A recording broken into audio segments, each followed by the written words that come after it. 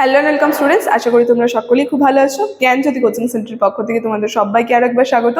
তো আমি মীরা ম্যাম, আমি আজ তোমাদের তোমরা যারা এসকেভি ইউনিভার্সিটির আন্ডারে পড়ছো, তোমাদের সেকেন্ড সেমিস্টারের মেজর 2 যে বেঙ্গলি পেপার রয়েছে সেখান থেকে আজ এই বিষয়টি নিয়ে আমি আলোচনা করবো। দেখো খুব সুন্দরভাবে কিন্তু টপিকটা লেখাই আছে, ঘরের বাহিরে দণ্ডে শতবার। এটা হচ্ছে বৈষ্ণব পদাবলী। দেখবে তোমাদের সিলেবাসের মধ্যে বৈষ্ণব পদাবলী রয়েছে।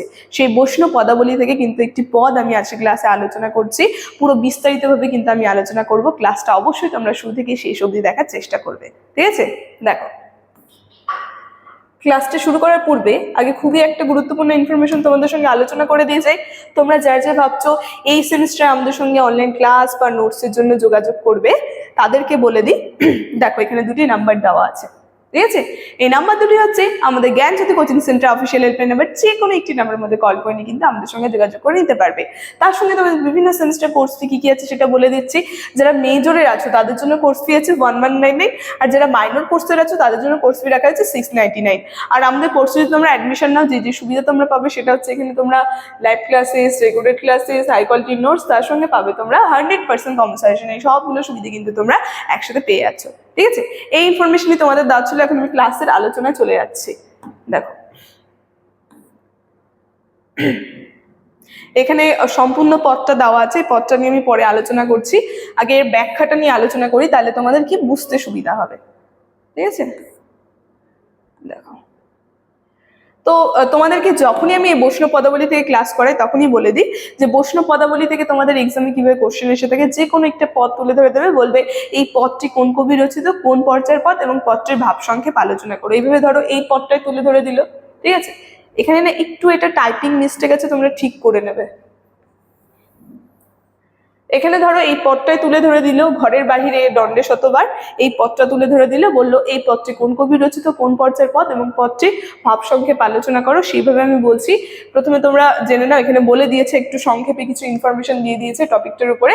কি বলছে যে এই যে পদটি আছে, পদটি হচ্ছে বড় চণ্ডীদাসের লেখা, আর এই পদটি হচ্ছে পূর্বরাগ পর্যায়ের অন্তর্গত। এবং এই পদ যে আছে ঘরের বাহিরে দণ্ডে শতবার, এই পদটির যে বিষয়বস্তুর মধ্যে রয়েছে কৃষ্ণের প্রতি ভালোবাসার ফলে রাধার মনের যে চঞ্চলতা, ঘরের কাজে অনীহা এবং বারে বারে ঘরের বাইরে যাওয়ার যে ব্যাকুলতা, মানে রাধা যে রয়েছে তার কৃষ্ণের প্রতি যে ভালোবাসা, সেই ভালোবাসার যে চঞ্চলতা রয়েছে, ঠিক আছে, তার সঙ্গে রাধার যে হৃদয়ে যে ব্যাকুলতা রয়েছে, সেটা কিন্তু তার এই পদটার মধ্যে কিন্তু সেই ব্যাকুলতা ফুটে উঠেছে, ঠিক আছে?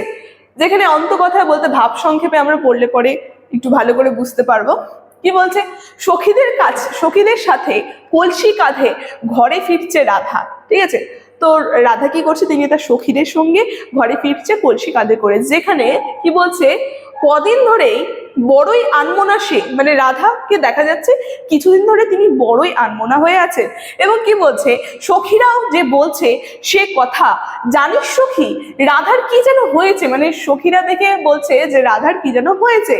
কি বলছে যে এক মুহূর্ত স্থির থাকছে না, মানে একটা যে স্থির, যে সেই স্থিরতা কিন্তু তার মধ্যে দেখা যাচ্ছে না, তার মধ্যে চঞ্চল বিষয় কিন্তু লক্ষ্য করা যাচ্ছে।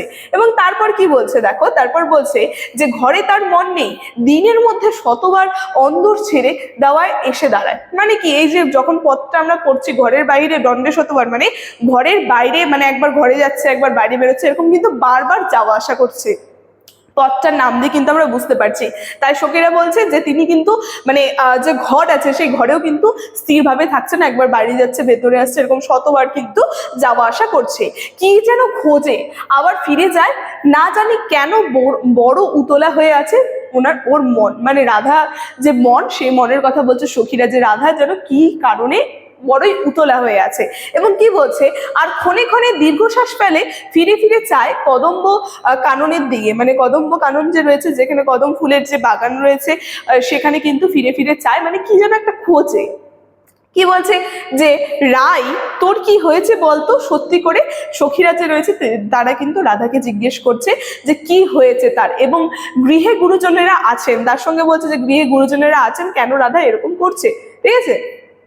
তারপর দেখো কি বলছে, যে তোকে এমন দেখলে তোকে এমন দেখলে কি বলবেন বলতো? ওর ওপরে অপদেবতা ভর করেনি তো? মানে সবাই ভাবছে যে তার উপরে হয়তো কোনো অপদেবতা ভর করেছে, যে কারণে এত চঞ্চল রাধাকে দেখাচ্ছে।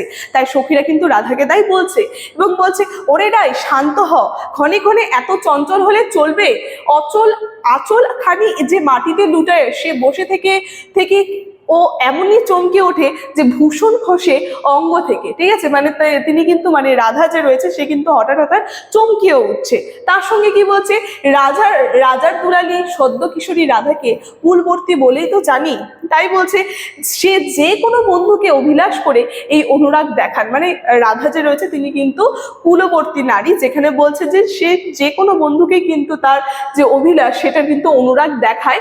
তার কিছুই তো বুঝতে পারিনি, তাই বলছে বরং মনে হয় এই মেয়ে যেন চাঁদ ধরতে চায়, মানে চাঁদ ধরার ইচ্ছা যেন রাধার জেগেছে, যেই কারণে তার যে হৃদয় রয়েছে সেই হৃদয় কিন্তু এত চঞ্চলতা দেখা দিয়েছে। তার সখীদের কথা শুনে চণ্ডীদাস মনে মনে হাসেন এবং বলেন, যা বলছো তাতে অনুমান করা হয় তোমাদের রাধার কালিয়া ফাঁদেই বন্দী হয়েছে, তাই তোমরা আর উতলা হয় না। মানে বড় চণ্ডীদাস যে রয়েছে প্রত্যেকটা পদের মধ্যে যে বৈষ্ণব কবিরা রয়েছে তাদের মনের যে ভাবটা শেষে কিন্তু সেই উত্তরটা তারা দিয়ে দেয়। ঠিক এই পদটার মধ্যেও এখানে বলছে যে কবি রয়েছে তিনি কি সখীদের কথা শুনে বলছে যে তোমরা চিন্তা করো না, রাধা কিন্তু কালিয়া ফাঁদেই কিন্তু বন্দী হয়ে গেছে। ঠিক আছে, মানে কৃষ্ণের ভালোবাসা কিন্তু সে পড়েছে, যেই কারণে কিন্তু তার মন এত চঞ্চল এবং উতলা। ঠিক আছে, তো এই যে পদটা নিয়ে যে আমি আলোচনা করলাম, এখন আগে পদগুলো তোমরা দেখে নাও। এখন যদি এই পদটা তোমরা দেখো তাহলে কিন্তু খুব ভালো করে বুঝতে পারবে। আমি পদটার আলোচনা করছি না, এখানে দেওয়াই আছে, আমি তোমাদেরকে বুঝিয়ে দিয়েছি, তোমরা একটু দেখে নেবে। ঠিক আছে, দেখো।